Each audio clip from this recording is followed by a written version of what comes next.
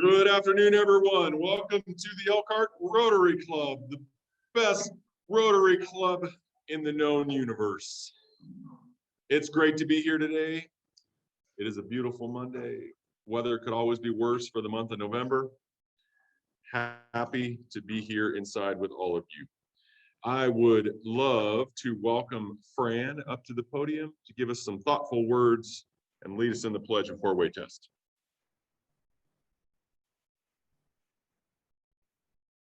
Hello, everybody. So it's Thanksgiving week. America is one of the greatest, richest countries in the world.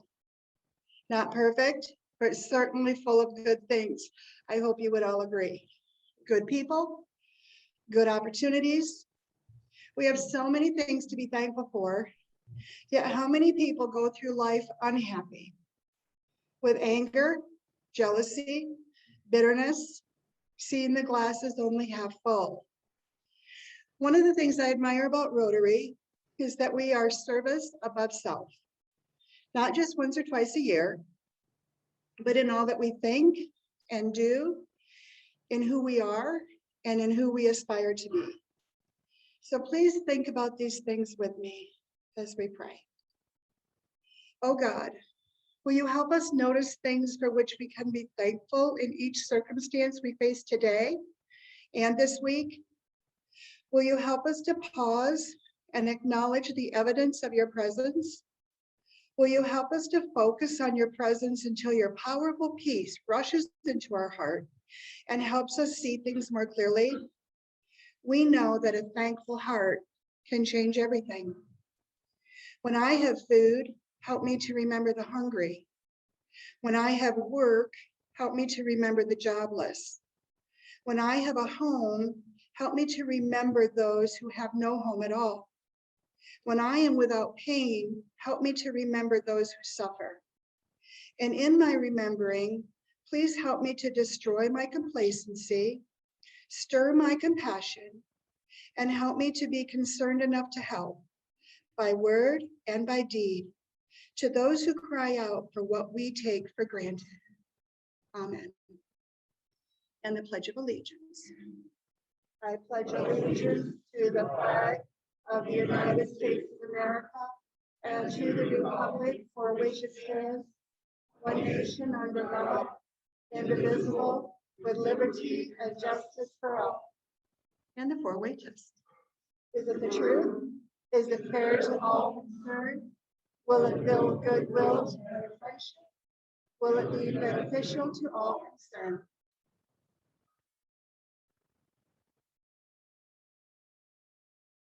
Thank you very much, Fran.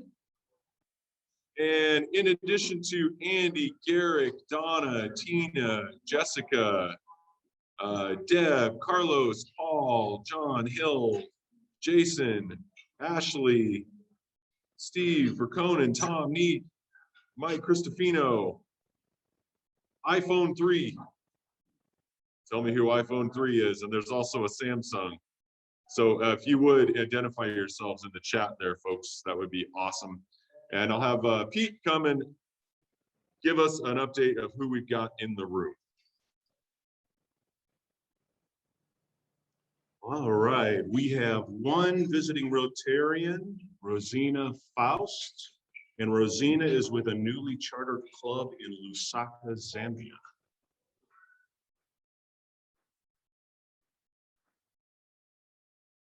Dave Neeser has a guest.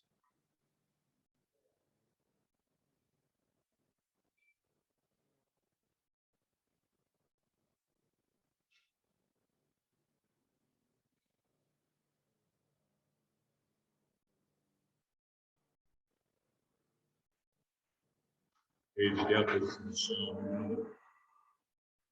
Scott Puckett has a guest.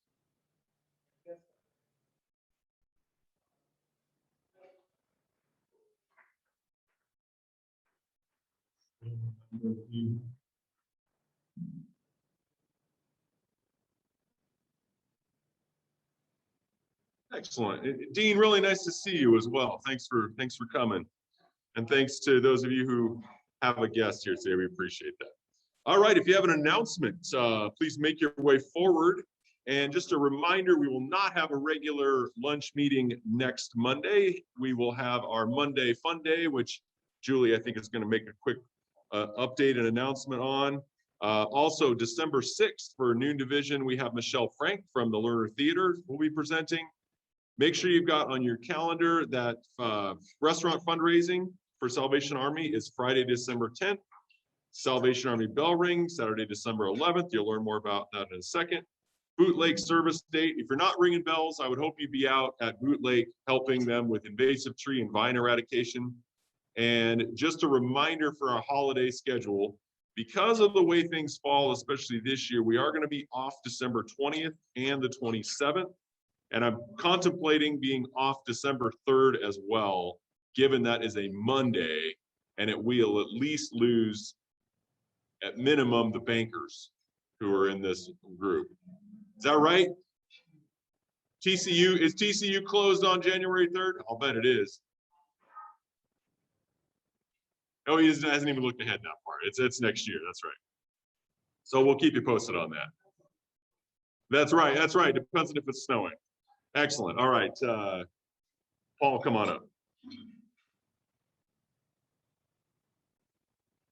Again, bell ringing on December 11th. I sent out an email to the email address that I have from Club Runner previous years to all the volunteers in the last 2 years. I'll have Marie send out an email to the club as well with a Google Docs link so everybody can see what spaces are open. But I've got a sheet here. The font is way too small, so I apologize, but I'll pass that around. If your name's on this side, it just means you volunteered in the last couple of years, and I've just got that list to go through separately. But if you want to put your name in here, or just say yes or no, I will get you on the list and confirm with you later this week via email. Thanks.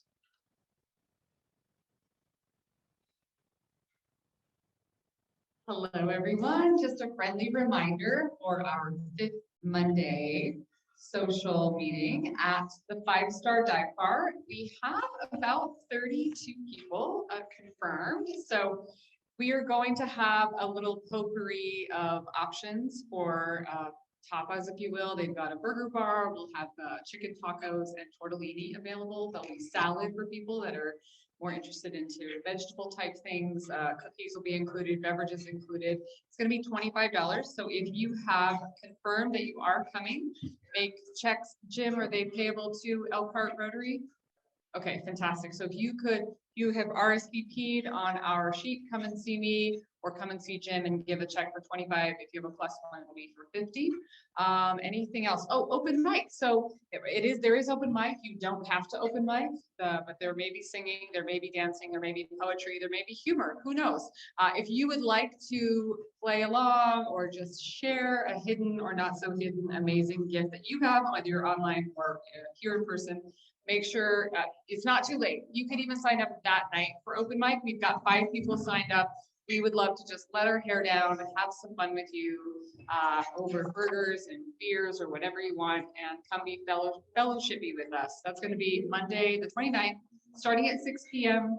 and it's $25 if you've RSVP'd. Thank you so much.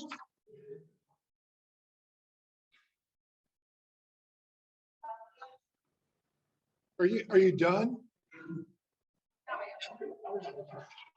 Okay, everybody, the Rotary placemats, you can have it upside down, right side up. What we're doing this year, because I'm lazy, is we're not redoing these. We're continuing to use these as we have for the past year. So all of you advertisers that were in here last year, I did not charge you for those ads. So you got a whole year for free. Because I'm lazy, I didn't want to do it and all that. So what we have, luckily we have plenty of these that have been printed up. And so we're going to continue it for the next year because we have 12 students, hopefully 12, that are going to Costa Rica in June. So we're just starting to put that all together to do their service project down there. So I just got all the invoices together, got them mailed out this weekend. It was my fun day on Sunday at the office. So those advertisers will be getting a bill for $295 And please pay it and don't send it to Rotary Interact or Rotary Club. Send it to Interact Rotary. Because if you mail it to Rotary, I have trouble getting it back from my friend over there at that table. Anyway, so any questions, please feel free to email me or call me. Thank you.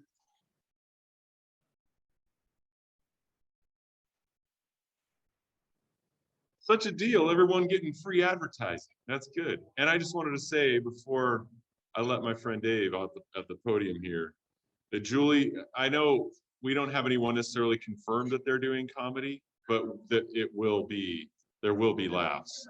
There will be laughs regardless, yes. Yours truly may even be at the mic. It may happen. All right, take it away, Dave.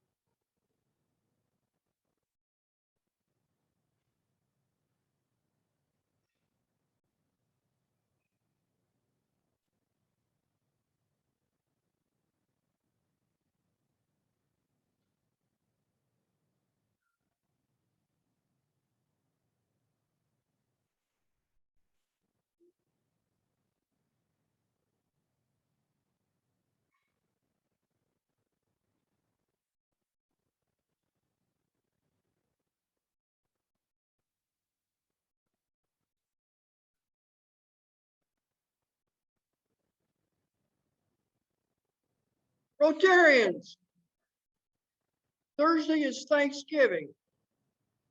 Last week, I reminded you that on Thanksgiving, the Salvation Army, the Matterhorn, and Rotary were going to sponsor a Thanksgiving Day dinner for the people of Elkhart. I asked each of you to donate $20. The money is to be used to purchase turkeys. For this event, we need at least 70 turkeys. You'll see we've reached a goal of 45 so far. As a group, you came through and provided funds to purchase 45 turkeys, or in dollar terms, $891. Today, I'm again going to pass the turkey bucket, giving those of you who did not have the opportunity last week to contribute this week. And if you want to contribute again, I certainly wouldn't turn the money away. As a reminder, the annual event was started by the Salvation Army years ago. Then the Matterhorn, led by Kurt, asked to become a part of the celebration. He wanted to hold it here in the Matterhorn because it would be very classy, with table linens and silverware and excellent food. Rotary got involved by assisting in purchasing the turkeys and making a small cash donation. The event now handles approximately 1,500 people and begins around 10:30 on Thanksgiving Day. If you make out a check, please make the payee the Matterhorn and list on the check for the Salvation Army dinner. For those of you watching by video, send your check to Rotary Club of Elkhart, and we've received some. The address is Rotary Club of Elkhart, Post Office Box 933, Elkhart, Indiana. Please place your bills in the circulating bucket. And because of COVID restrictions this year, it'll be a drive-through like it was last year. Thank you.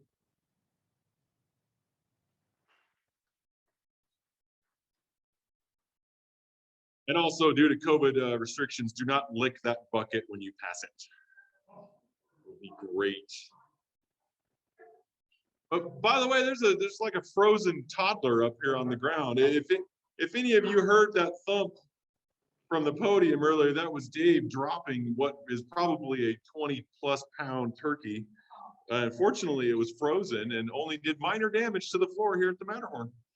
But also good news, we do not have any workers' comp claims. I could see that thing could have come back, Dave. That you got to watch your feet, man. I can hardly pick it up. You know how football is kind of unpredictable bouncing. That turkey, that's got a bit of a kick to it. Got to watch out there.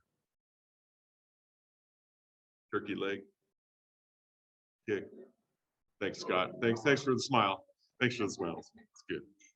All right.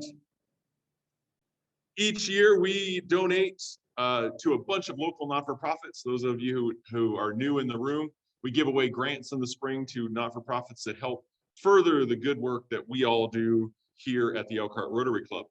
And in order to do that, to raise a little money, we have a little fun at these meetings, and even we try to have fun, and we're still going to try to have fun today. Stan, come on up. I'm pretty sure that's going to cost me right there. Insulting the sergeant upon introduction, never a good thing.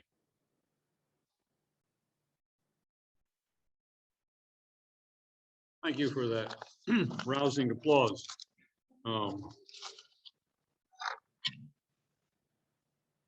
Hey, Dave Lehman, we're glad to see you're still a turkey. Anyway, let's see. Well, Dave Digert used up all of my jokes last week, so there isn't going to be anything funny today. So if you're sitting at Dave's table, put in $1. The tickets for chance to win 2 seats to the Super Bowl and $1,000, etc. If you didn't buy one of these, put in $1. If you still want one, we have a couple left to help our Concord Rotarian brothers and sisters. Eric Gart. If I'm not mistaken, Saturday was your 23rd wedding anniversary. Wow, happy anniversary, sir. You did put a couple of photos on showing, yourself next to your wife, and yeah, and that was what, 20 years ago when you got 23 years ago when you got married, and then the one. So just one question. Your wife looked the same, exactly the same in both pictures. How come you look 20 years older? I don't understand that.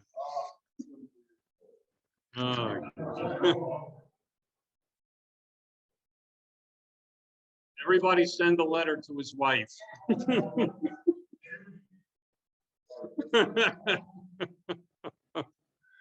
All right, I guess you do want to hear some Thanksgiving stuff.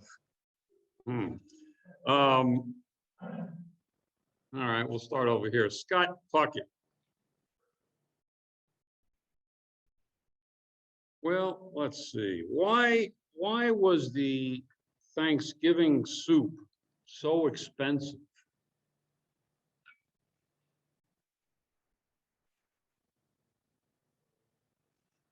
It had 24 carrots. Everybody that groaned put in $1.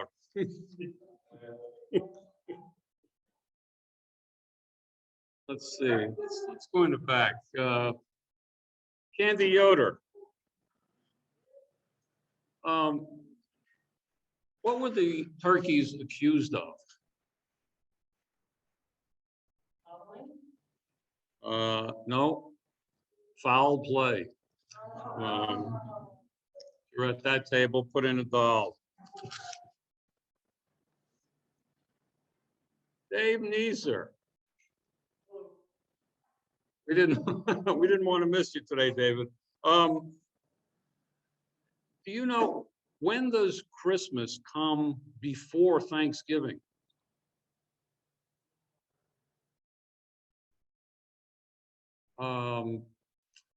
That doesn't qualify for the correct answer. So everybody's gonna have to put in a dollar because it's when you look it up in the dictionary.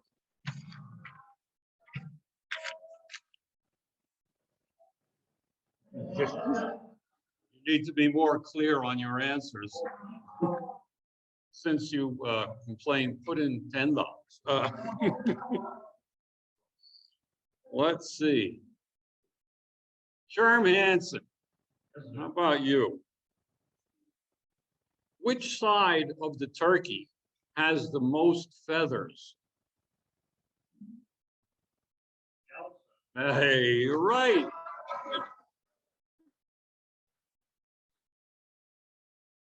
Everybody put in a dollar anyway. You know, just some facts.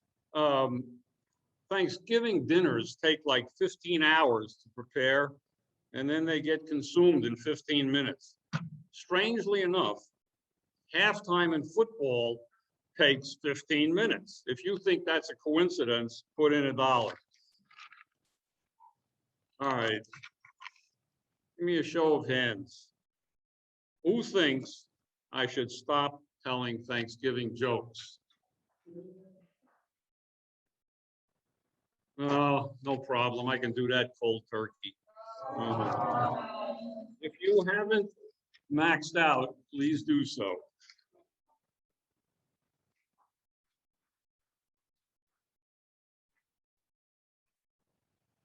Whew, thanks for that, Stan. That's good. That's good. Everyone was happy to put in money, to have you stop. That's good. Thanks everybody for contributing. That's always it's an important thing that we do. It gives Bill Burton some money to be able to lead his committee to designate coming up this spring, and not very long either. We're going to probably have that application ready in the next month or so, and we'll have it up and able to download soon. All right. We've got State Representative Timothy Wesco with us here today. Tim, we're glad you're here. Just a little about Tim. He was born and raised in Northern Indiana. He grew up on land once owned by his great-grandfather, Virgil Culp. In high school, Tim got his first job making minimum wage in a family piano business, building business, Walter Piano Company in Elkhart. I did not know that. That's cool. At age 19, Wesco did what so many others from Elkhart have done. He got a job working in an RV factory. Along the way, he joined his township fire department and became involved in public service with the Young Republicans as an outlet for his passionate beliefs in limited government, personal responsibility, and fiscal integrity. Tim has served as state representative since 2010. He's remained true to his principles of limited government, personal responsibility, and physical integrity, upon which he's elected. Tim graduated from Bethel College with a degree in organizational management. And he and his wife, Catherine, reside just out the town of Osceola. So Tim, we're glad you're here. We'll pull up your presentation and I will watch for chat questions that come up as we go. So everyone, please welcome Tim.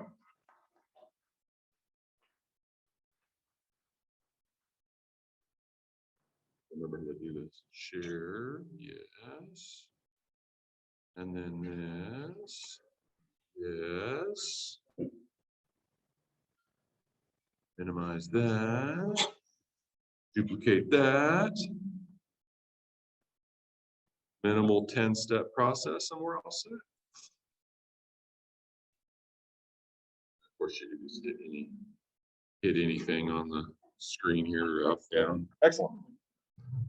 Well done. Well, many of us have become Zoom experts without having known anything about it previously. So I appreciate the opportunity to be here. And thank you for that introduction. You better be careful when you read my bio. It might sound like you're giving a campaign pitch for me. So it is a joy to be with you all. It's been a few years since I was able to attend one of your meetings. I just recently read the write-up in the Chamber's newsletter and magazine about the group and all of the service clubs. And so I'm so delighted to be able to be with you here this afternoon. I have been serving in the legislature for now, I can say, more than a decade. And that seems a little bit crazy to me, and perhaps it does to some of you as well. But it has been quite an incredible experience to be able to serve this community in that way in the Indiana General Assembly. As you heard, I've got a little bit of an interesting and diverse background. Currently, I am pastoring full-time here in Elkhart as my full-time position, serving as a part-time representative. We are still one of the states that have citizen legislators, so we are only in session for a few months of the year. Those typically start in January and then go through either the middle of March or then the end of April. I can say definitively that this last session was by far the most unusual and different session that I have had a part of. We did not meet in our normal chamber there in the State House, but we met in a large conference room in the government center that we affectionately termed the fake chamber. And it was very limited in its access. Of course, we were grateful for technology and the opportunity for people to log in and watch from anywhere in the state or the country what was happening in the state legislature at any given time and follow the process on our website. And I can't take any credit for it, but I do have to put a plug in for the iga.in.gov website, the website of the Indiana General Assembly. The amount of information on there is absolutely unbelievable. In addition to all of the bills and the bill drafts and the laws, you can also watch any session, you can watch any committee meeting, and you can get in the archives, and you can do that going back probably more than a decade now. So there's just an enormous amount of information and history that is stored on that website. And you can follow pretty closely along with what is happening with any particular piece of legislation. Oftentimes folks will come up and ask me, what about this bill in particular? And I will just go to the website and I will search the bill as anyone could do and give an update on that. In 2013, I was appointed by the Speaker of the House, Speaker Brian Bosma at that time, to the House Elections and Apportionment Committee. The committee process and the appointments are unique. The Speaker essentially appoints you to serve on the committees. They ask us, what committees would you like to serve on, and give us your top 5, and we'll try to get you one of them. Well, the House Elections Committee was not one I requested to be on, but it was one I was assigned to do. And so it was my duty and responsibility to begin to learn the election laws in the state of Indiana. We have a volume that's about 2.5 inches thick that cover all of the election laws in the state of Indiana. And if you are ever struggling to fall asleep at night, I would encourage you to go and pull that volume out and try to read it. It is very technical stuff, and particularly in relationship to how technology has been changing elections over the last 10 to 15 years as well. We still have about 1/3 of the counties in the state that have the old precinct system with the old fill in the bubble system, which for some time now you have not been on here in Elkhart County. And so there's different systems from county to county. And so the law has to reflect the particular challenges in each, or unique needs in each county. And then it's always changing. About 10 years ago, the recommendation was to move completely away from paper and go to all electronic and digital in the voting machines. We are now beginning to create more of a hybrid system where there are actually a paper trail ballots that are there and available and able to be audited and counted and so forth. And so that's something I anticipate seeing here in Elkhart County over the next few years, the voting machines being adapted to allow for a physical paper trail to be a part of that, which was always the case at one time. Let me see if I can, I've gotten away from using Zoom, thank God. So I'm starting to forget how to operate the program, but I'll try to see how I can. Yeah, I can pull it back up if I need to. Anyway, so when I was first elected in 2011, I had the joy of losing half of the district I had just been elected to serve. With being elected in 2010, the redistricting process that occurs every 10 years occurred in 2011. I was literally a backbench freshman that year and watched what they did to me and to my district. And it was something difficult. The morning before, the day before the vote, they drew out the whole neighborhood I grew up in and my parents. And I was kind of hyperventilating there for a little while, but understood that, okay, this is the process, we got to deal with it. And I have certainly realized that over the last 10 years that most people don't know where the lines are except for the people actually serving themselves. So it's one of the things I've come to realize is that we represent a community, and the lines, while they're significant in the election process, to the typical person, the lines aren't what differentiates you from their representative or not. So I'm blessed to be able to serve this community with Representative Doug Miller, Representative Joanna King, and Senator Rogers and Senator Dorio. And we're always receptive to the needs of the constituents in the community here in Elkhart County, and appreciate those individuals a great deal. Anyway, I was exposed to the redistricting process for the first time in 2011, was appointed to the Elections Committee after the end of that session. So then in 2013, I was appointed to the Elections Committee, and then was ultimately appointed chair of the Elections Committee in 2018. And so I have been chairing the committee now for the last several years. The chair's responsibility is essentially described as a gatekeeper. As bills are introduced, the speaker assigns the bills based on their subject matter to a particular committee that deals with that subject matter. So any bill that is introduced in the Indiana General Assembly in relationship to election law is then assigned to my committee. And as the committee chair, I have the discretion of what bills to hear or what bills not to hear. So essentially, I'm the first gatekeeper for the legislation on whether it proceeds or whether it does not in the General Assembly. We work very closely with the county clerks across the state of Indiana, as you could imagine, as they are the ones who administrate the elections and are regularly bringing needs and updates that we need to make to the code. And I also work closely with the Secretary of State's office, which oversees the elections on a statewide basis. So we work very closely together. We work with the Indiana Election Division as well, and the co-directors of that division. Brad King is the Republican and Angie Nussmeier is the Democrat, and they work together and bringing legislation to us and voicing their respective viewpoints on the legislation. Well, in 2020 was the decennial census that occurs by the Constitution every 10 years in the United States. And the subsequent result of the census is the redistricting process, where each of the districts are redrawn to essentially guarantee that they are equal and proportional in population.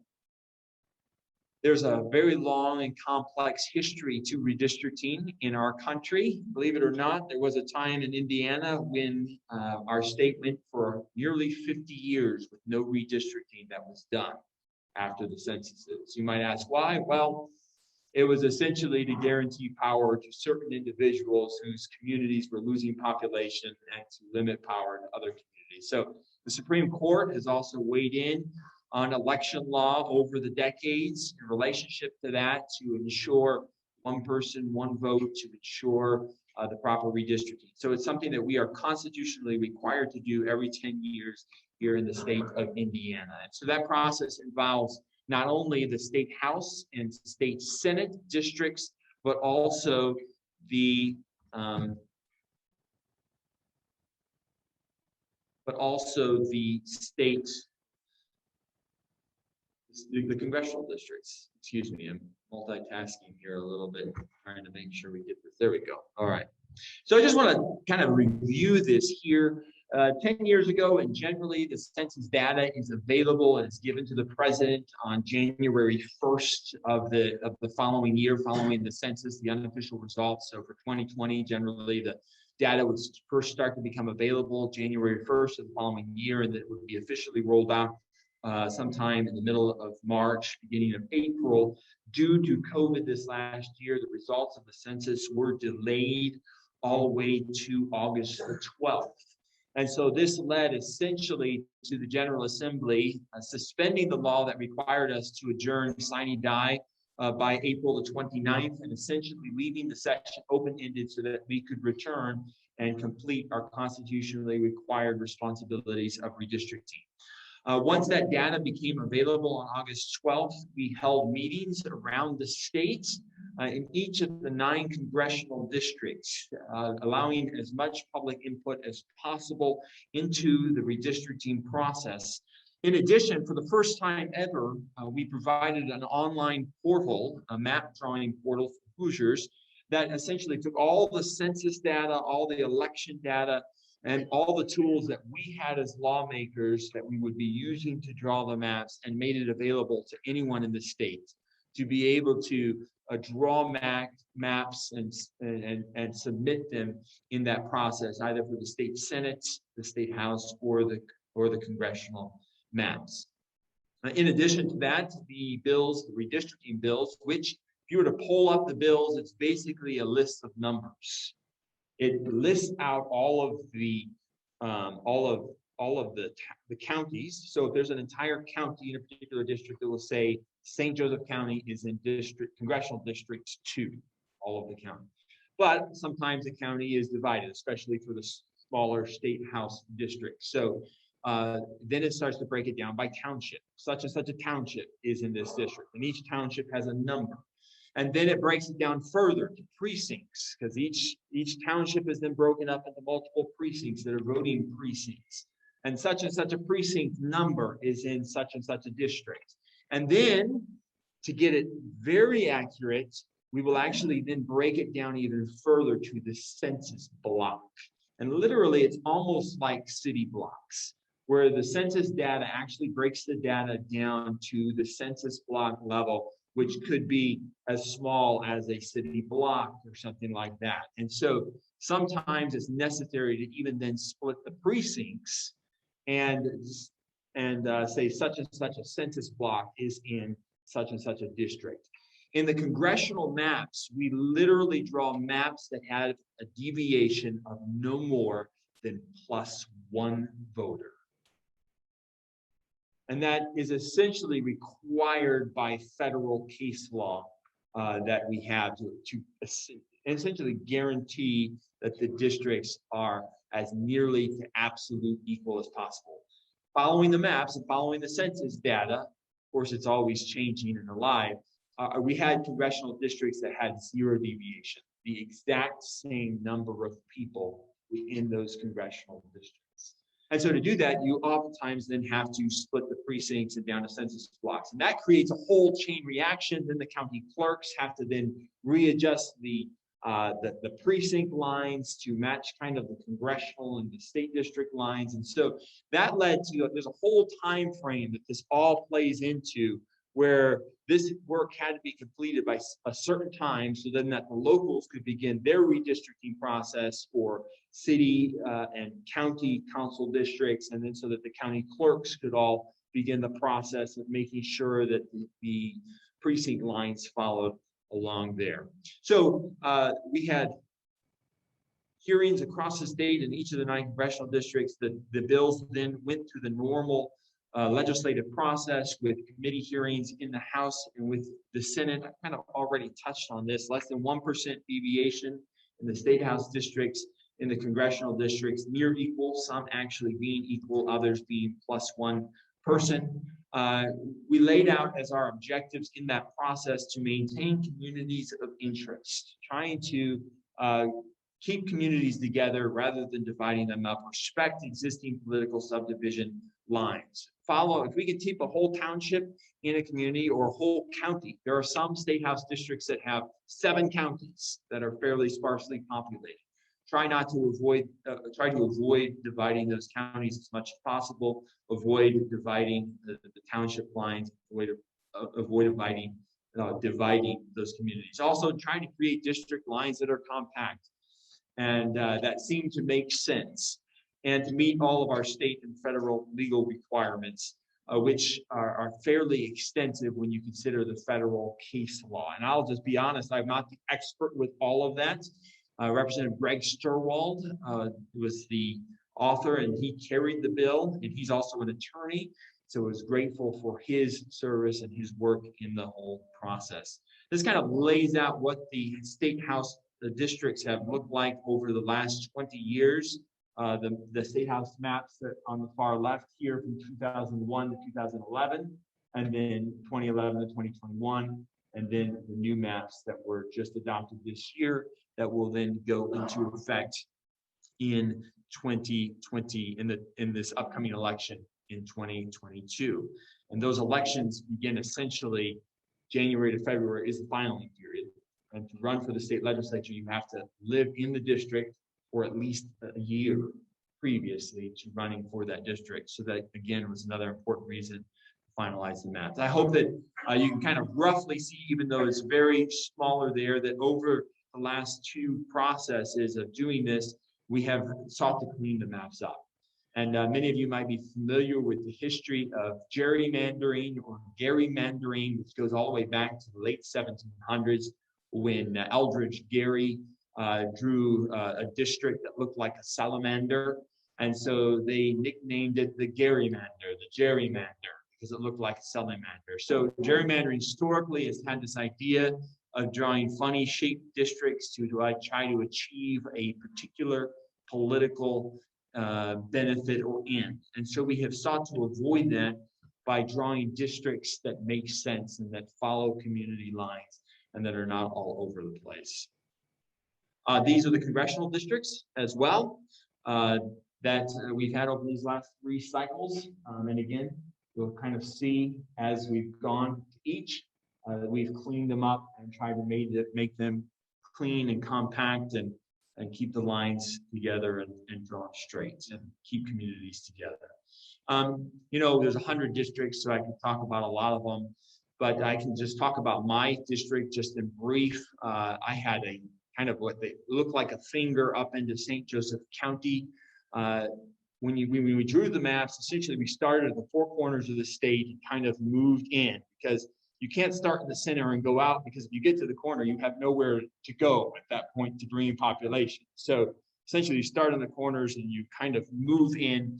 The census data revealed exponential growth around the Indianapolis area. That's where our state is experiencing the most growth north of Indianapolis, but in all of what we call the donut counties around Indianapolis, those counties that circle around Indianapolis.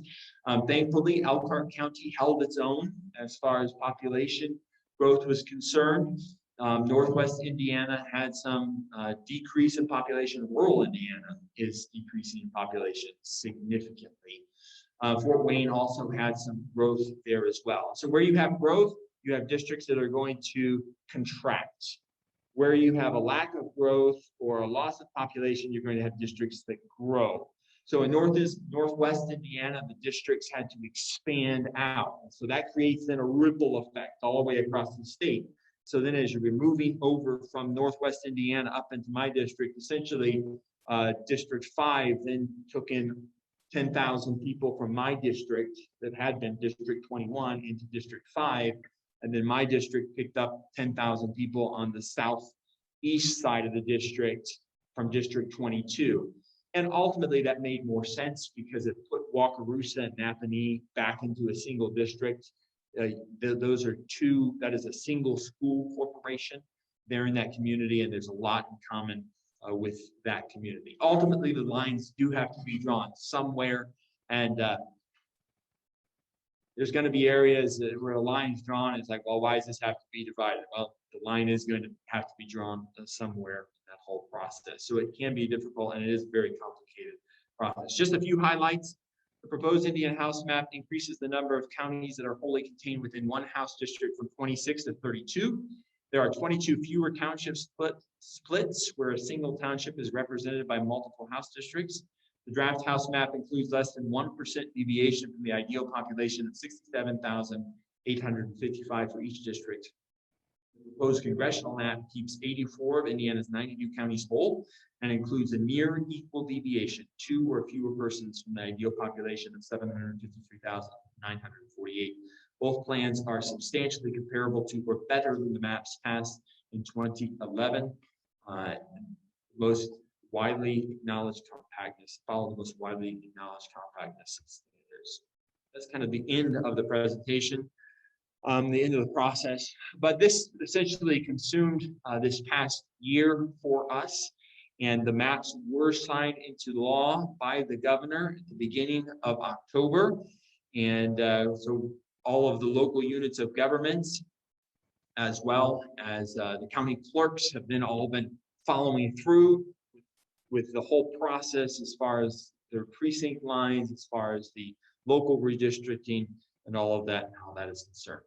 So this was a once every decade process. It was a real honor to be able to be a part of that, to travel around the states and to gather input from the communities that this would impact and seek to do the best job that we could do for the future of the state of Indiana and for this process. And so we will be going back into session here just in a few weeks. We officially organized last Tuesday. We have now announced we will be reconvening for a session on November the 29th, a week from today.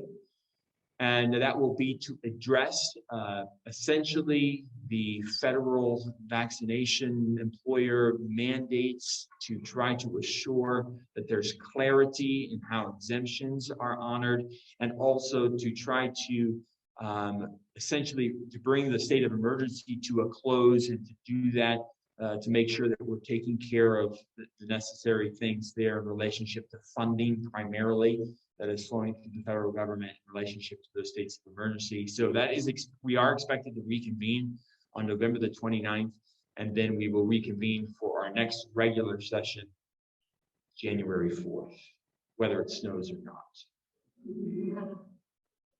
And I will continue to chair the House Elections Committee. We try not to have a lot of substantial changes in election law in an election year, because we don't want to be going in there and making a bunch of changes while they're trying to implement an actual election. So we generally try to approach it from a very hands-off perspective. We are looking at legislation that will move up the process of adapting our machines to having a paper trail much sooner than the original plan for 2029. It's because of the fiscal of $10 million a year. So we have the funds now available to essentially expend an additional $80 million that will affect counties like Elkhart County, so that by the 2024 election, there will be essentially a paper ballot that you can look at. You can make sure it's your choices, and then that will be run through a machine, so that there'll be that record that can be looked at if necessary. So I don't know how much time. I've been watching the clock closely, but if you have questions or anything on any matter whatsoever, happy to take those. Yes. I'm curious at those feedback meetings that you had. What sort of feedback is provided by people who attend those? Absolutely. So the question is the hearings, what kind of feedback is provided in relationship to those as far as the maps are concerned? And let me give you just an example. In the hearings that we held actually it was in Elkhart County, there was some concern expressed about House Districts 22 and House District 18 that divided up Warsaw and Winona Lakes. So Winona Lake was in House District 18, Warsaw was in House District 22. This particular individual testifying said, look, this is very much a community of interest. We have the medical device industry here.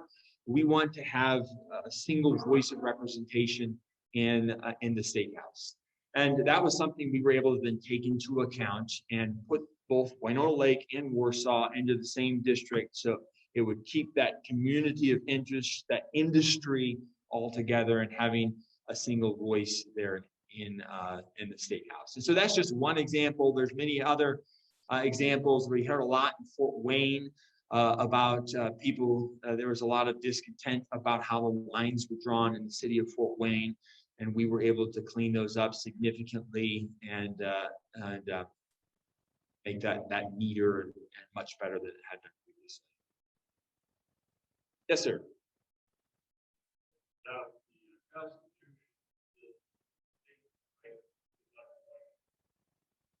Consequently, you have 50 states.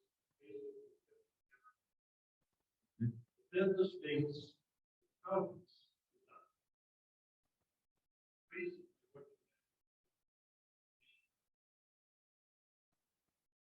Another layer on top of that, we have an electoral college system where we don't directly elect our presidents. We elect electors. 48 of the 50 states require that the winner take all of our electoral votes. You have one more vote than the other guy. Get all of that state's electoral votes. Consequently, if you are a Republican in California, your vote isn't counted in many years. If you're a Democrat in Indiana, your vote hasn't counted Since 2008. effectively disenfranchised. Only 2 states portion their electoral votes, Maine and Nebraska. Would you be in favor of having Indiana portion its electoral votes? I would not be, and here's the reason why. Essentially, there's give and takes to both systems. One system is like, we want the popular vote, and it does still break down by congressional district in those states, the 2 states that do divide it. So you can have, say Indiana were to go to this system, it would be whoever wins a particular congressional district, then that congressional district's electoral votes, which the electoral votes are, by the way, the number of congressional districts, which is reflective of the population, 9 plus the 2 senators. So in Indiana has 11 electoral votes. A state like Wyoming has only 1 congressman and they have 2 senators, so they have 3 electoral votes. And so from my viewpoint is that each of the states is similar to the US Senate model. The US Senate model basically balances the rights of the states as a whole with the population in the US Congress. And that's always been the historic model in the United States, is to try to weight slightly to the advantage so that the smaller states aren't entirely swallowed up by the larger states, which was an original debate question, which is why we have the system that we have back in the Constitutional Convention of 1789. And it was the smaller states that were concerned that they would be, that their voice of influence would be eliminated through the voice of the larger states. And so I believe that there's the reasons that were existent at that time are still existent today. So I support the system as it currently is. Any other questions? Thank you so much. It has been a privilege to be here. Thank you for your attention.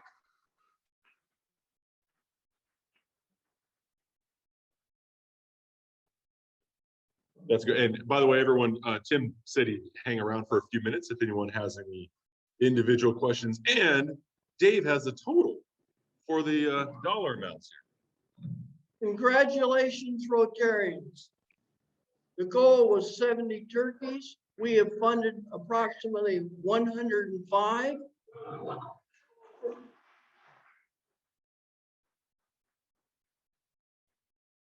Which is dollar-wise, for my total now is $2,110.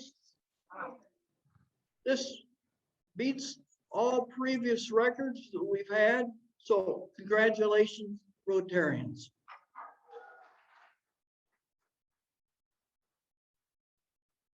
Fantastic. Everybody, thanks for your generosity. That's a cool thing. So it's a lot of turkeys. That's awesome. everybody, thanks for doing what you do for the community. I know everybody's busy and coming out for a couple hours, really what it generally always takes you a round trip, I'm sure, from a Rotary Club meeting on Monday. We appreciate you being here. We appreciate the number of you who joined us online today. It was a pretty nice sized group. And thanks for what you do. I did learn today, Scott shared with me that our own Eliak Deegan's mother passed away just a couple days ago. So however you like to help others, have Eliak in your thoughts.